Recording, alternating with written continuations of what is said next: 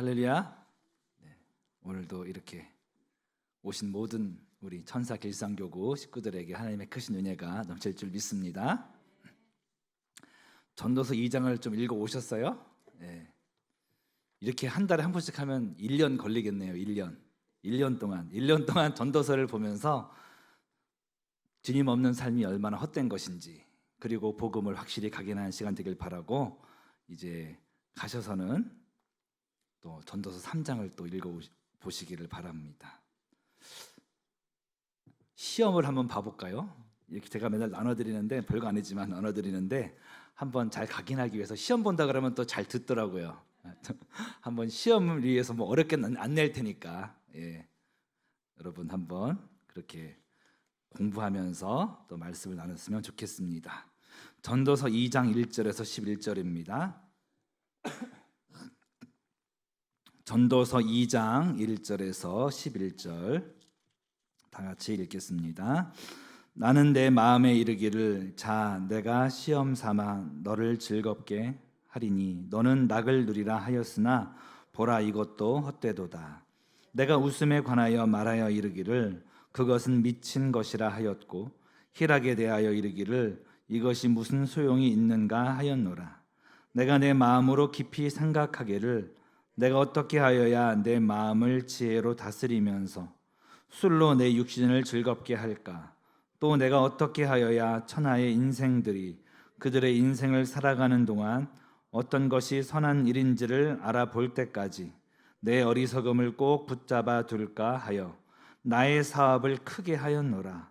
내가 나를 위하여 집을 짓고 포도원을 일구며 여러 동산과 과원을 만들고 그 가운데에 각종 과목을 심었으며 나를 위하여 수목을 기르는 삼림에 물을 주기 위하여 못들을 팠으며 남녀 노비들을 사기도 하였고 나를 위하여 집에서 종들을 낳기도 하였으며 나보다 먼저 예루살렘에 있던 모든 자들보다도 내가 소와 양떼의 소유를 더 많이 가졌으며 은 금과 왕들이 소유한 보배와 여러 지방의 보배를 나를 위하여 쌓고 또 노래하는 남녀들과 인생들이 기뻐하는 처첩들을 많이 두었노라.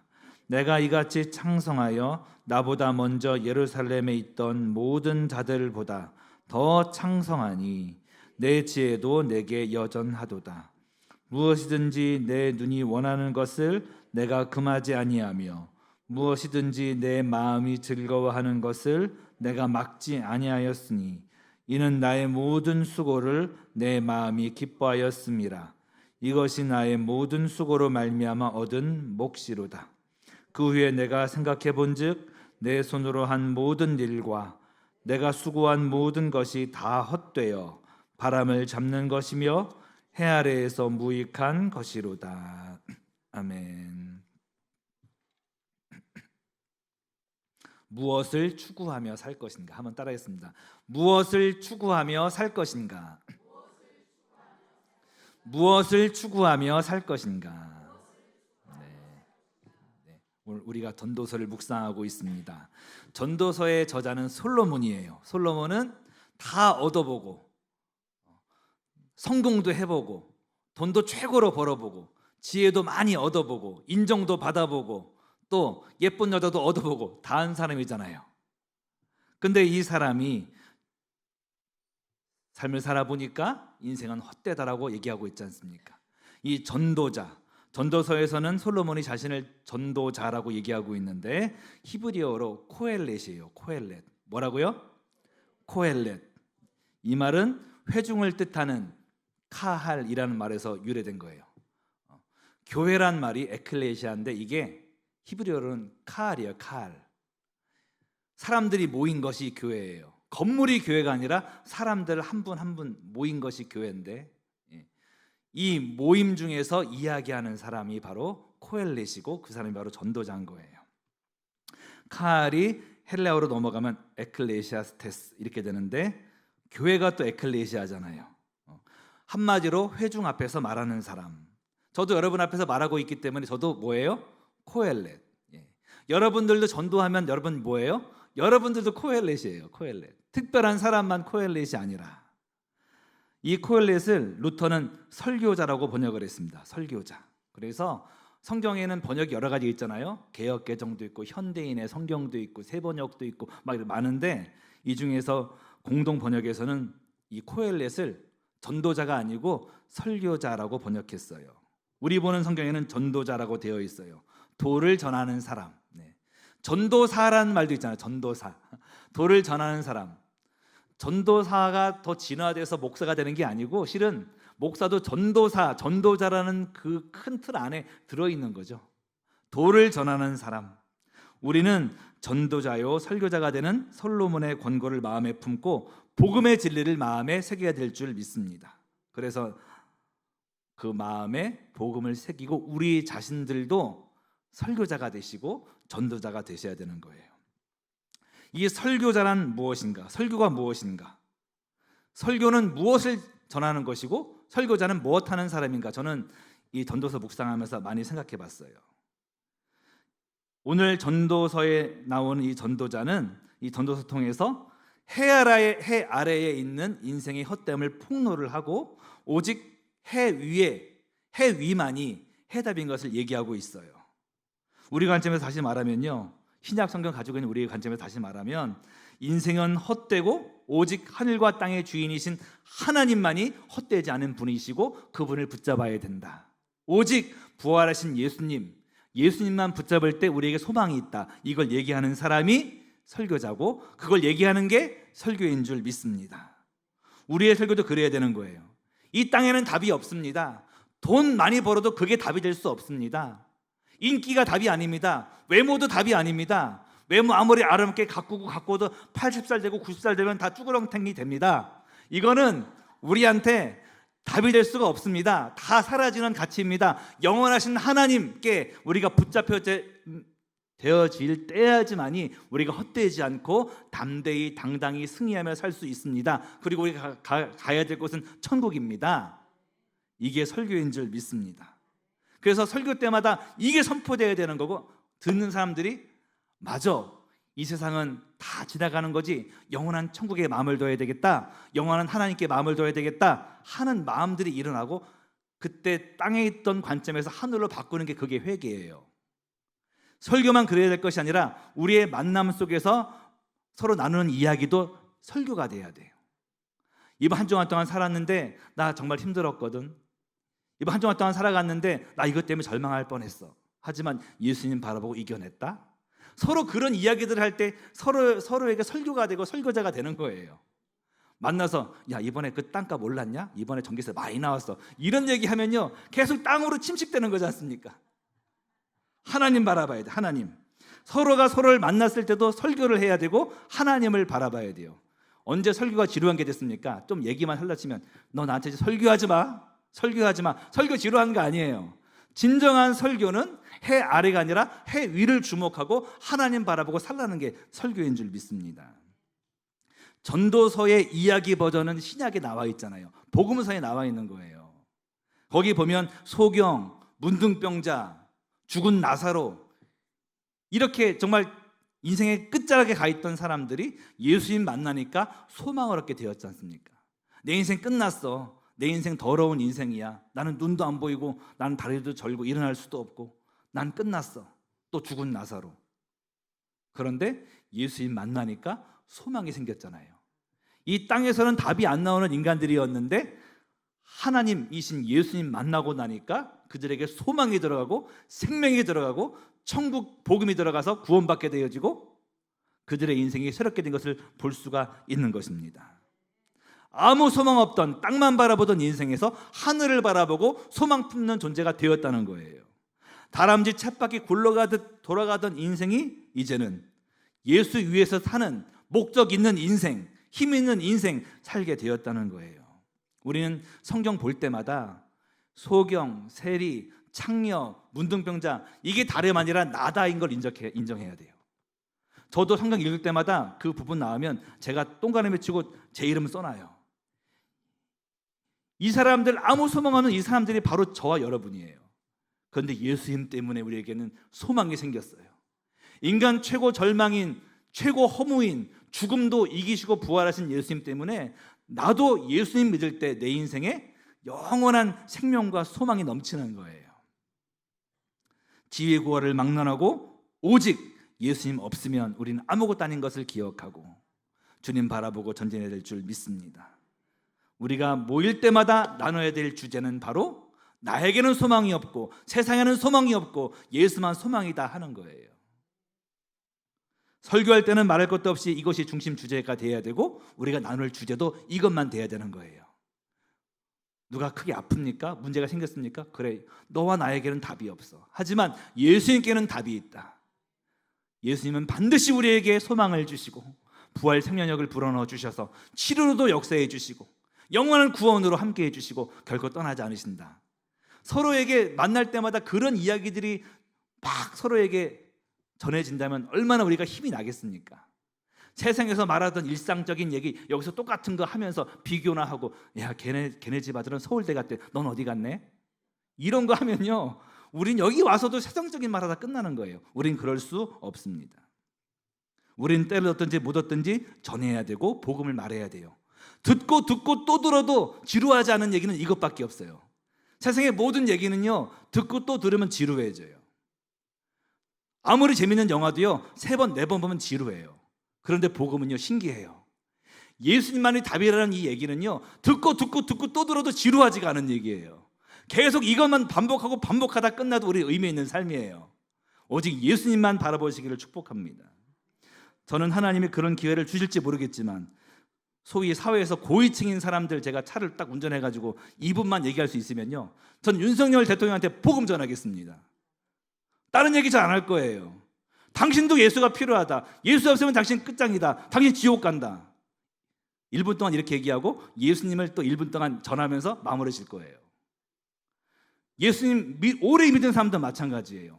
예수님 오래 믿은 권사님 만나도 저는 예수님 복음을 또 증거할 거예요. 안 믿는 사람한테만 복음이 필요한 게 아니라 오래 믿은 사람한테도 필요해요. 이런 말을 어떻게 드릴지 모르겠지만 제가 당회장님 만났다.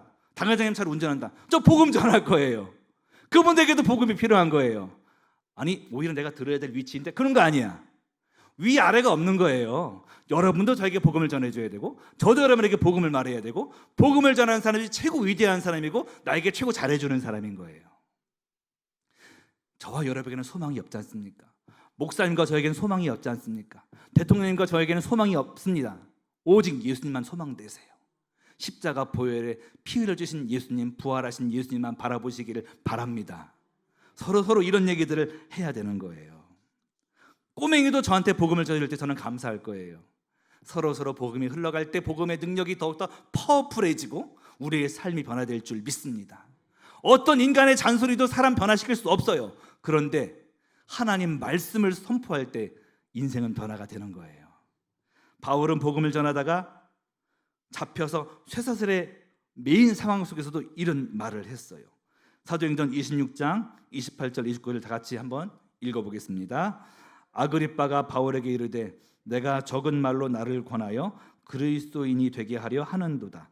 바울이 이르되 말이 적으나 많으나 당신뿐만 아니라 오늘 내 말을 듣는 모든 사람도 다 이렇게 결박된 것 외에는 나와 같이 되기를 하나님께 원하나이다 하니라. 지금 누가 봐도 아그리빠가 갑이고 바울이 을이에요.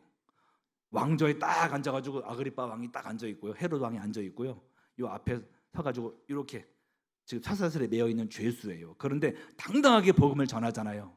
당신 예수 믿어야 된다. 예수만이 구원이다. 그러니까 네가 나한테 복음을 전하냐? 그렇게 하니까 뭐라고 얘기해요, 바울이? 말이 적으나 많으나 요 묶인 거 요 모습 빼고는 당신도 나와 같이 되길 원한다. 여기서 엄청난 당당함과 힘과 영혼 사랑이 느껴져요. 여러분도 모일 때마다 서로 이제부터는 복음을 말하시기를 바랍니다.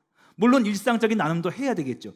교제도 해야 되겠지만 그 교제의 중심에 들어가 보면 결국 또 복음이 돼야 되는 거예요. 예수님 때문에 우리가 또 만날 수 있었네. 주님께서 심장을 뛰게 하셔서 오늘도 우리가 만날 수 있었네. 예수님의 구원의 복음으로 우리가 천국을 받았네. 이런 것들이 깔려있는 상황에서 서로 인사도 하고 교제도 해야 된다는 것이에요. 여러분 역시도 저를 만날 때 복음을 전해주시고 복음을 말하시기를 바랍니다. 아니, 목사님이 전하는 위치고 내가 받는 위치인데가 아니라 여러분도 저한테 복음을 전해주셔야 돼요. 때로는 제가 이렇게 흔들리려고 하고 연약한 모습을 보일 때 목사님 그거 아니잖아요. 목사님이 목사님 되시면 오직 예수님 때문에 되는 거지 않습니까? 목사님 뭐가 잘났습니까? 예수님 때문에 사는 거고 예수님 때문에 기름 부음 받아 목사가 됐으면 당당하십시오. 이렇게 얘기해 주시길 바랍니다. 제 상태가 안 좋을 때. 그러면 얼마나 힘이 나겠어요. 복음을 말해줘야 돼요. 노숙자에게도, 국회의원에게도, 대통령에게도, 초등학생에게도, 기독교인들에게도, 담임 목사님에게도, 당회장님에게도 여러분은 복음을 말하셔야 돼요. 제가 지금 버릇없는 얘기 하는 거 아니지 않습니까? 우리는 복음을 말하고 복음을 전하는 사람들이 돼야 되는 거예요. 그렇게 얘기하게 되면은 오래 믿은 사람들 또 믿음이 매너리즘에 빠지거든요. 그럴 때 복음을 딱 듣게 되어지면 아, 내가 복음대로 못 살았구나.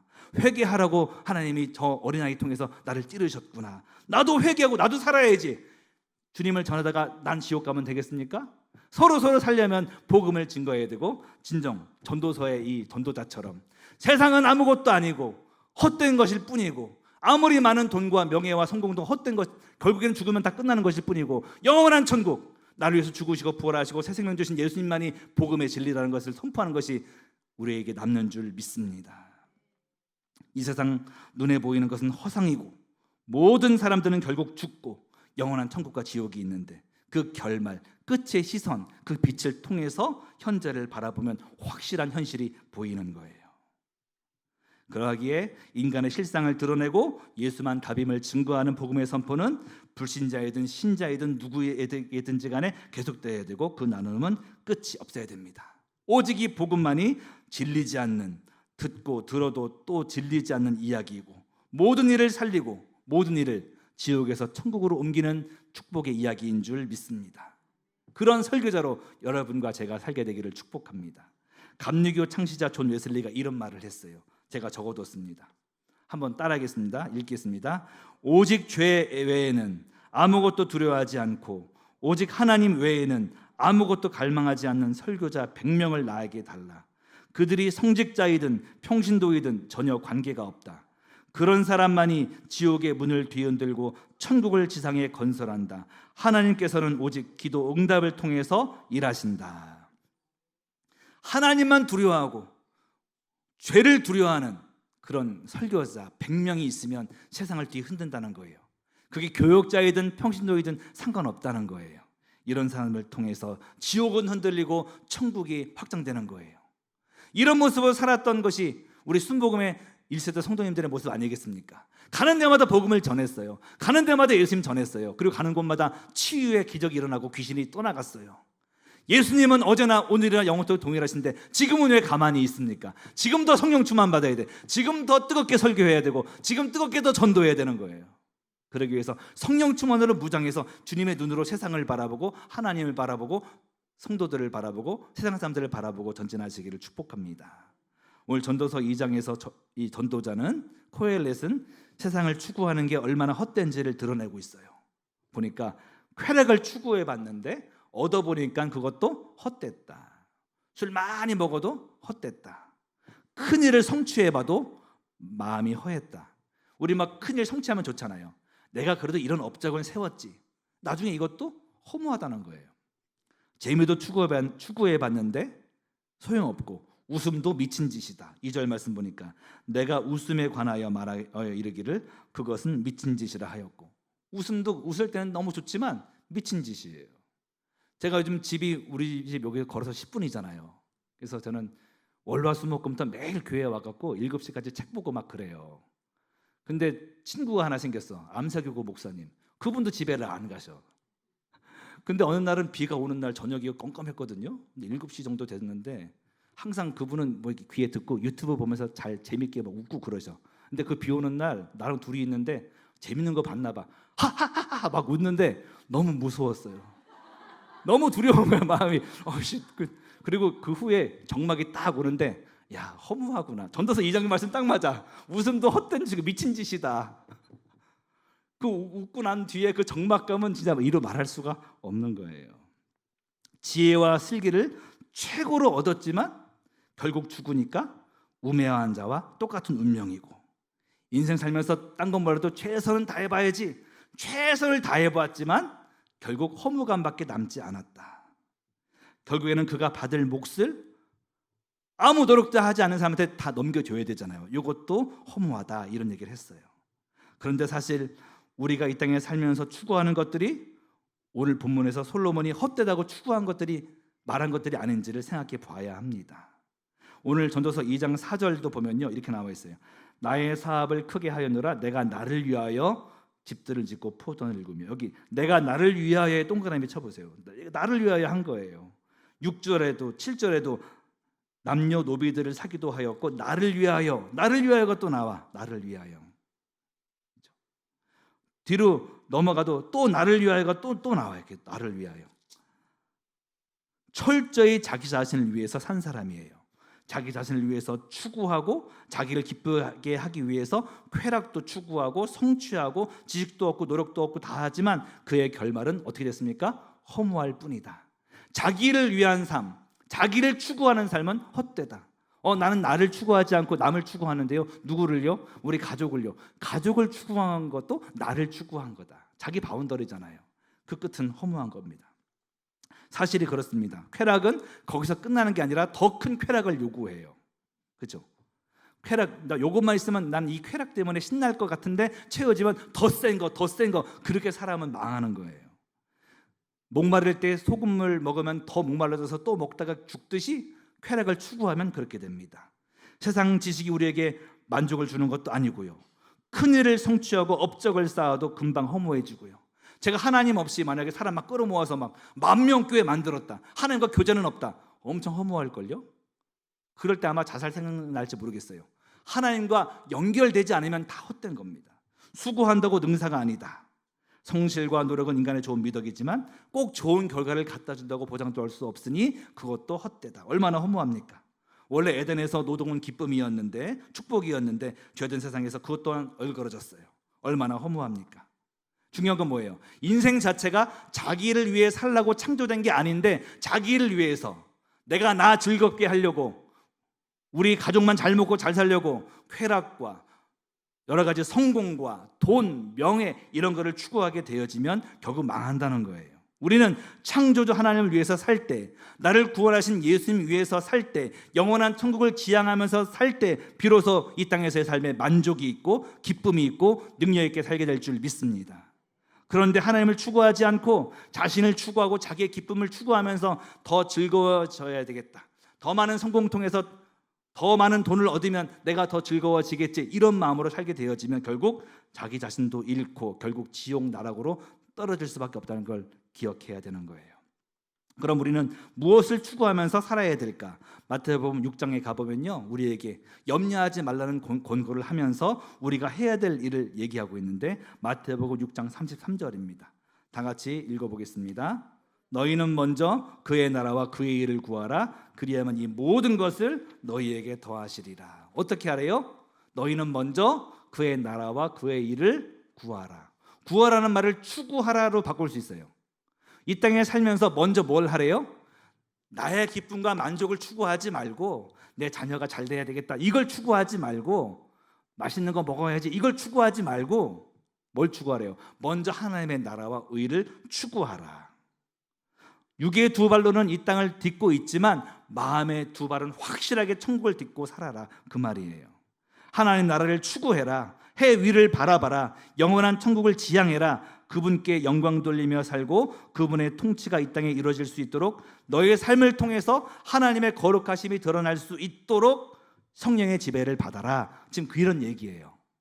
그럴 때 삶의 질서가 잡혀서 만왕의 왕이시고 만주의 주가 되시는 하나님이 우리의 삶을 붙들어 주셔서 모든 것 위에 함께 해주시고 형통하도록 이끌어 주신다.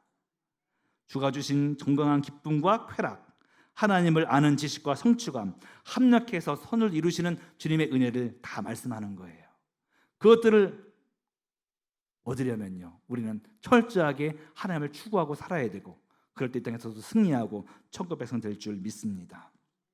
하나님 없이 자기를 추구하고 세상 성공과 쾌락을 추구하는 것은 우상숭배이고 세상을 얻지도 못할 뿐만 아니라 얻는다 해도 허무할 뿐이지만 하나님을 추구하고 하나님 위해서 살고 부활하신 예수님 위해서 살고 내 뿌리를 성령께 뿌리 박은 그 사람은요, 이 땅에서도 질서 잡힌 삶을 살게 하시고 하늘의 기쁨과 진정한 쾌락으로 만족해 해주시고 장차 영원한 천국으로 인도하셔서 결코 허무하지 않은 존재가 되게 하실 줄 믿습니다.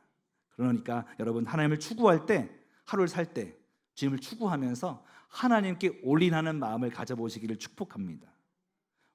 먼저는 하나님이 우리에게 올인하신 거예요. 왜? 가장 귀한 자기 아들을 내 죄를 사하시려고 이 땅에 내려보내주시고 못 박아 죽이기까지 하셨지 않습니까? 예수님은 온 세상의 인구가 나 하나라고 할지라도, 한 명이라고 할지라도 나를 위해서 죽으신 예수님이세요. 나에게 올인하신 사랑의 주님께 우리도 올인하면서 주님만을 추구할 때 우리는 힘 있는 삶을 살 줄 믿습니다. 마태복음 13장에 가보면요, 소장농이 땅을 이렇게 개간하다가 삽이 딱 들어가서 딱 쳐져보니까 거기 괴짝 나왔잖아요. 괴짝이. 그 안에 엄청난 금과 은과 보물, 사파이어, 다이아몬드 어떻게 했습니까? 다시 모른 척하고 싹 집어넣고 전 재산 팔아서 그 땅을 샀습니다. 그 다음에 그 안에 있는 보물은 누구게 됐습니까? 그 소장농의 것이 된 거 아니겠어요? 지금으로 말하면 석유가 묻힌 그 땅을 샀기 때문에 그 사람 거 된 것처럼요. 그렇게 올인해서 그 땅을 사니까 그 보화를 얻은 것처럼 우리는 예수를 얻기 위해서 올인할 때 예수님을 얻게 되어지고, 천국을 얻기 위해서 주님께 올인할 때 천국 백성이 될 줄 믿습니다. 하루를 주를 위해 살려고 하면 주님께서 해야 될 기도를 알려주시고 또 하나님께서 해야 될 순종의 영역들을 알려주시는 거예요. 우리 하나님, 난 주님께 오늘 하루를 올인하겠습니다, 내 인생을 올인하겠습니다, 이렇게 하면요, 하나님께서 해야 될 일을 알려주세요. 네가 맨날 가는 그 두부 가게 그 아줌마에게 복음을 전해라. 마음을 주실 때 전할 수 있어요. 내 직장이 학원이다, 학원.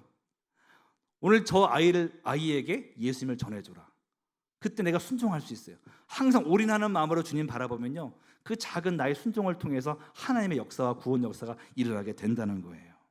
작은 순종으로 하나님 영광 받으시고 하나님의 일을 우리 통해서 이루실 때 엄청난 구원 역사가 임하게 되는 것을 잊지 마시기를 축복합니다.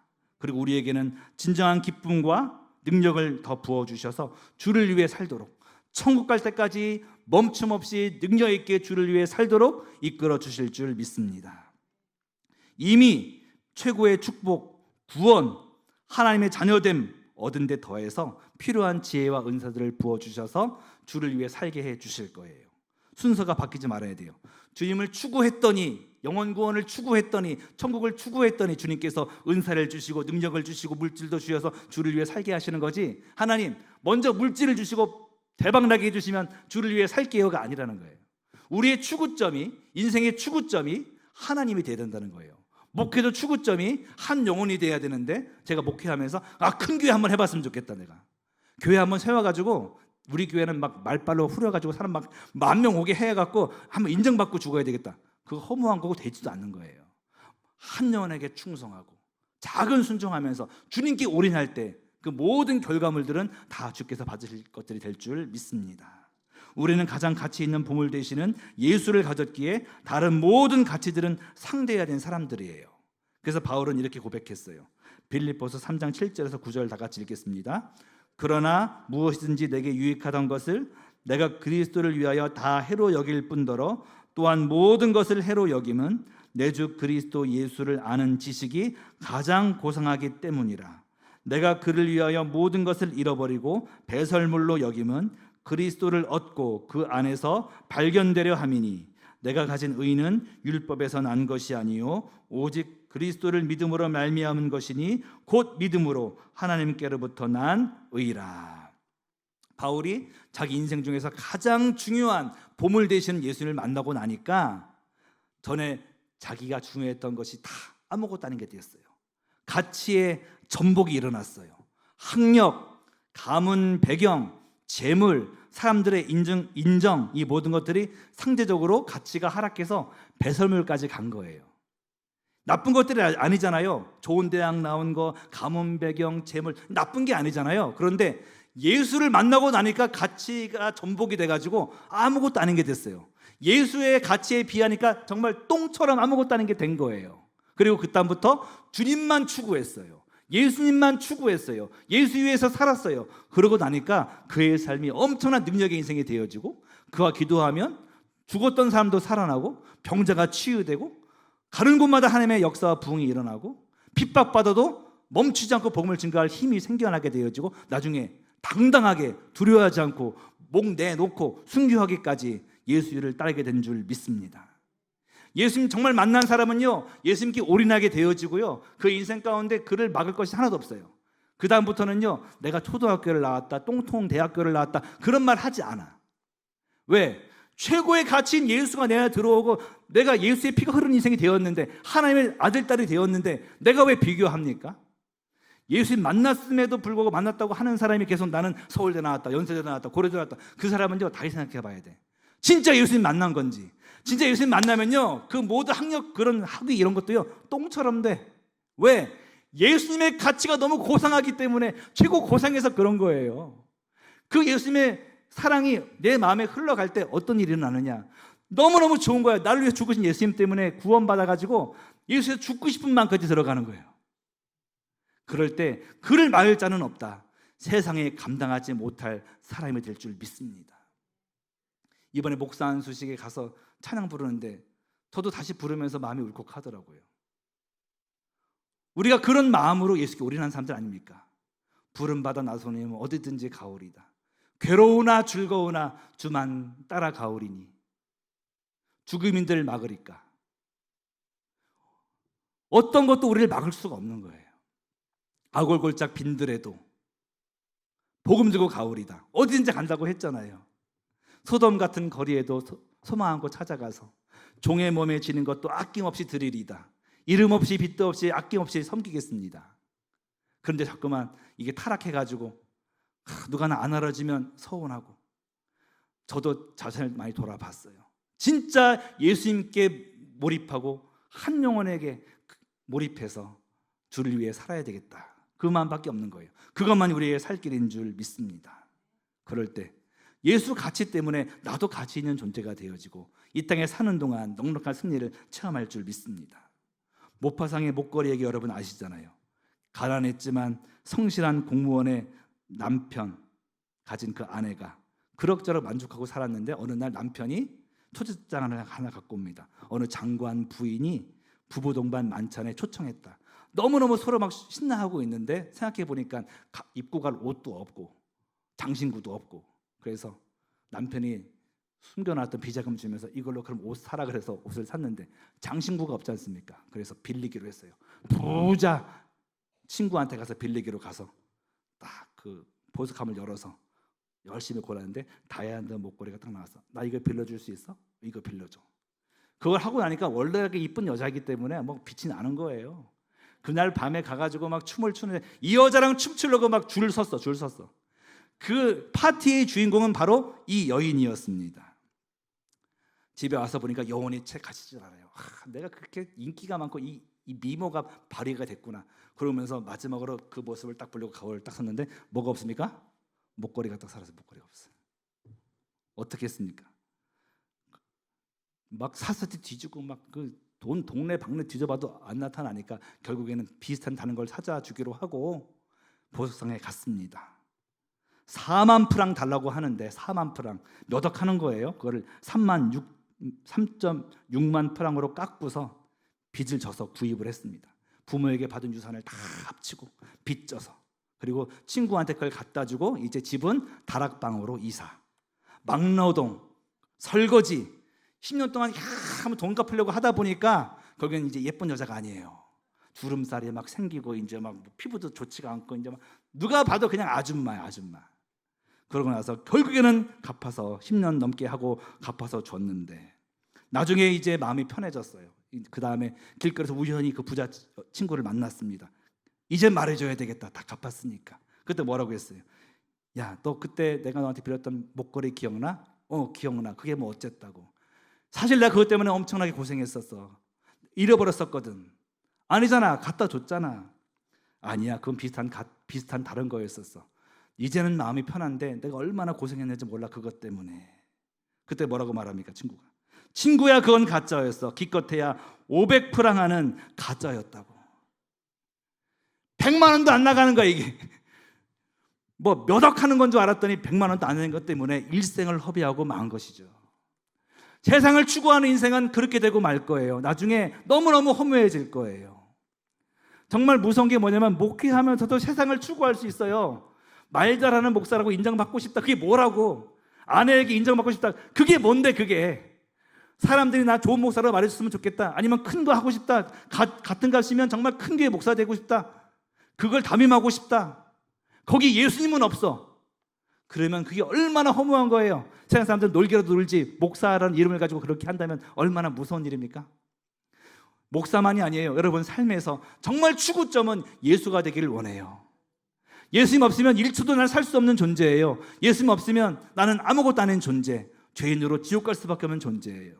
하나님이 내 심장 뛰게 하지 않으시면 지금 바로 여기 설교하다가 바로 죽어야 되는 존재예요. 나는 하나님만 추구해야 되겠다.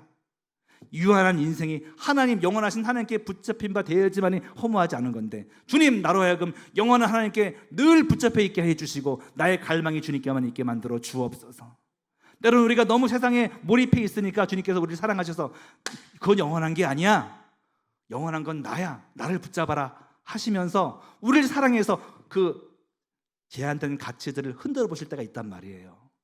그게 우리를 사랑하지 않아서가 아니라 그렇게 살다가는 지옥불에 떨어질 수밖에 없으니까 우리를 사랑해서 흔드시는 거예요. 그럴 때 네 맞습니다, 오직 하나님만 영원하시고 난 하나님만 추구하겠습니다라고 회개하시고 붙잡기를 바랍니다. 그럴 때 우리 삶에 놀라운 축복이 임하고 최고 기쁨인 복음을 누리며 살게 하시고 영혼들에게 전하며 살게 하시고 천국을 주실 줄 믿습니다. 말씀을 정리하겠습니다. 저 용인에 가면은 용인 시골 마을에 샘물 호스피스라고 있어요. 샘물 호스피스. 저희 어머니도 거기서 좀 얼마간 계시다가 돌아가시기 전에 한두 달 계셨었는데요. 거기 이 샘물 호스피스를 창립하신 분이 원주희 목사님이라는 분이에요.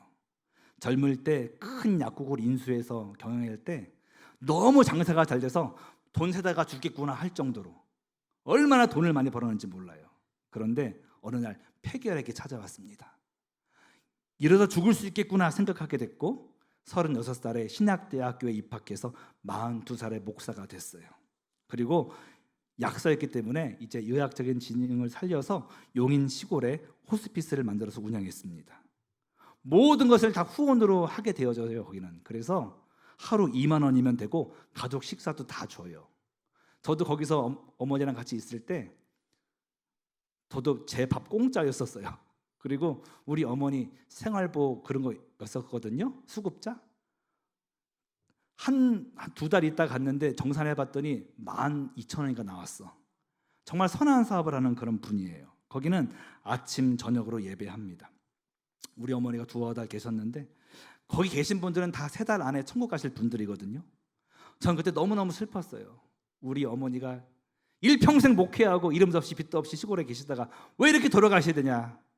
기도하고 기도하는데 우리 교구에서 막 병이 났대. 우리 목사님 신유의 종이라고 뭐 그런 말을 막 해. 우리 엄마는 천국 가셔, 우리 아버지 천국 가셔. 또 너무 가슴이 아팠었어요. 근데 거기서 보니까 제 나이 또래 남자 사람이 있었는데 아이 아빠가 자기 어머니랑 같이 온 거예요. 그 사람 이제 저랑 비슷한 또래 자녀들이 있는 사람인데 죽기 직전 돼서 온 거 아니겠습니까? 어떤 아이는요 10대야 10대인데 와 있어요. 저 자신의 슬픔에만 갇힐 수가 없겠더라고요.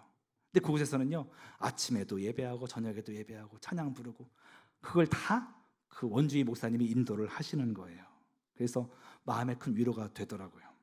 이 목사님은 유언장을 항상 컴퓨터 바탕화면에 깔아놓고 한 장은 출력해서 주머니에 비닐로 밀봉해서 이렇게 넣고 다닌대요. 왜 비닐로 넣었을까요? 물에 빠져 죽을 수도 있으니까 비닐로 해가지고 넣고 다닌다는 거예요. 그래서 집 나갈 때에도 항상 자기 부인이나 자녀들한테 혹시 못 만나면 천국에서 만나 이러고 나간다는 거예요. 그 호스피스에서는요 계속 사람들이 죽어요. 그럴 수밖에 없잖아요. 그냥 일상이에요, 일상. 그러면서 죽음이랑 아주 가까이 있는 체험을 하는 거죠.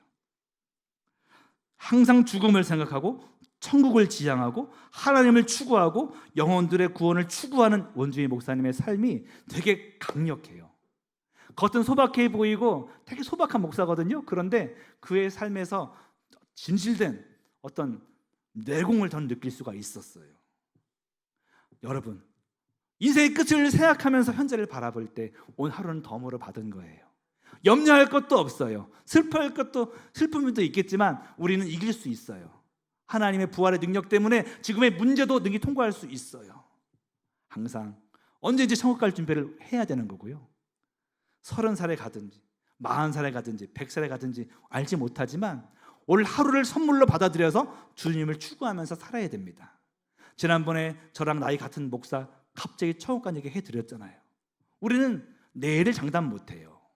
할 수 있는 것은 오늘 주님을 추구하고 십자가의 보혈의 예수님을 사랑하면서 나아가는 것이 살 길인 줄 믿습니다. 제가 우리 조부와 부친을 사랑하고 자랑스러워하는 것은요, 그분들은 예수께 평생 올인했습니다. 우리 할아버지는 맨발의 성자로 알려지신 최준선 목사님과 동역하면서 교회들을 개척하신 분이세요.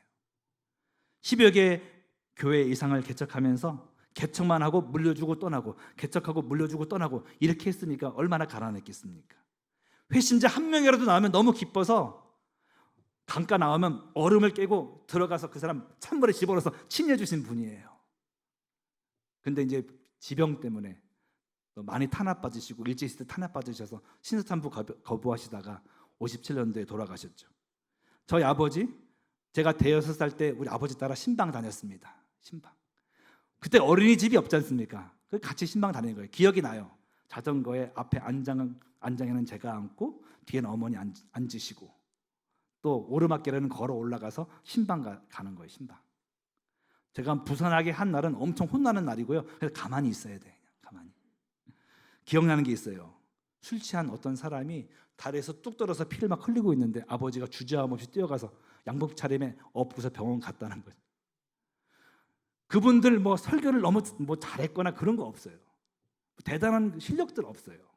하지만 저는 그들에게서 한 영혼을 사랑하는 위대함을 보았습니다. 주님께 받은 은혜에 감격해서 주님을 따라가는 모습을 저는 봤습니다. 어느 설날에 가족들과 함께 우리 아버지 찾아뵈었을 때, 그때 아버지가 암투병 중이셨는데 새벽 예배 때 기억이 나요. 새벽에 나왔는데 그날따라 성도 하나도 안 하고 아버지, 어머니 저밖에 없었어요. 근데 난로도 켜지 않고 이불을 뒤집어 쓰고 기도하고 있더라고요. 참 기가 막혀요. 그래서 안 되겠다. 제가 어머니 기도해드리고 아버지 딱 기도드리는데 아버지 몸무게 38kg 싹 빠져가지고, 근데도 그렇게 하나님 붙잡고 기도하는 거 보니까 기가 막혀요. 하나님, 어떻게 이럴 수 있습니까? 진짜 1대도 아니고 2대도 아니고 3대째 이름도 없이 빛도 없이 그래도 복음을 증거해보겠다고 목사 되었는데 왜 이렇게 비참하게 만드십니까? 라고 말을 하고 했거든요. 근데 그런 입을 딱 여는 순간에 하나님이 제 입을 바꾸셔서 이렇게 말하는 게 하시는 거예요. 예수님은 우리에게 모든 것을 주셨는데 우리가 주님께 무엇을 드릴 수 있겠습니까? 이렇게 형태로나마 주님께 뼈를 갈아 바치는 것처럼 다 드릴 수 있게 모습을 보이게 하시니 주님 영광입니다. 감사합니다. 분명히 마음에서는 원망하려는 마음을 먹었는데 입에서는 감사한다는 거예요. 맞습니다. 다 주님께 받은 것이고 구원에 넘치게 감사한 것인데 뭘 드릴 수 있겠어요? 우리가 주님께 뭘 드릴 수 없어요. 다 주님 거기 때문에. 하지만 이렇게 형태로나마 주님께 드리는 모습을 볼 수 있어서 감사합니다. 그러고 나니까 제 마음에 감동이 되더라고요. 내게는 그 어떤 초대형 교회 목사들보다 우리 조부가, 우리 부친이 존귀하게 보입니다. 그리고 하나님 보시기에도 그럴 거라고 저는 믿어요. 세상적인 즐거움이 없는 인생처럼 보일지 몰라도 진정한 하나님과의 동행에 있는 하늘의 기쁨이 넘치는 삶이었고, 세상 미련한 자, 무식자처럼 느껴질지 몰라도 하나님 안에서 천국으로 인도된 진정 지혜로운 삶이었으며, 그들의 복음을 위한 헌신과 수고는 주님이 알아주시기에 헛된 수고가 아니었다는 것이죠. 그분들의 그 올인함이, 주님을 추구함이 오늘날의 나를 있게 만들었고, 이나마 정신 차려서 이나마 세속에 물들지 않고 주의 일을 하는 종이 되게 만들었으니 얼마나 감사합니까? 생각해보니까 저처럼 복받은 목사가 없는 거예요. 우리의 관점을 바꿨으면 좋겠습니다. 헛된 것 추구하면 헛된 존재가 되고 영원한 것 추구하면 영원한 존재가 되는데 오직 영원하신 주님만 추구하시기를 축복합니다. 해 아래 추구하지 마시고 해 아래만 바라보지 마시고 맨 눈으로만 바라보지 마시고 오직 하나님 바라보시길 바라요. 단지 해 아래에서만 사는 사람 돼서는 안 돼요. 더 선, 써놨잖아요. 더 선, 해 아래에서 살지 말고 더 선, 아들도 선이야. 그 아들 위에서 아들 아래에서 살아야 되는 거예요. 할렐루야. 그 보혈 아래에서 살 때, 천국을 지향하면서 살 때 헛되지 않을 것이고 이 땅에서 넉넉하게 승리할 것이고 영원한 천국까지 인도될 줄 믿습니다. 그렇게 주님 바라보시고 주님을 추구하며 승리하는 여러분 되시기를 축원드립니다.